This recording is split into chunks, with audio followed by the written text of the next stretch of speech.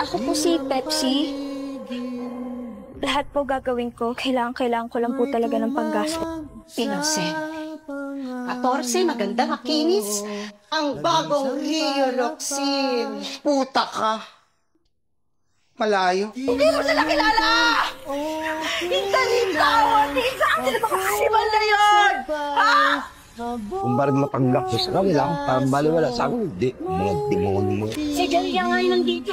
Yung mga ariwa ka na. Yun ang ariwan ako. Ano nangyari? Wala kang propeta! What? Hindi ka anak medyo! Pumayag ka. Tatanggalin nila ang lahat sa'yo. Hindi natutulog ang Diyos! Basta magbabayad sila. We are telling the truth! The whole truth! Ako masusunod dali na. And nothing but the truth! So help me God! It's so crazy.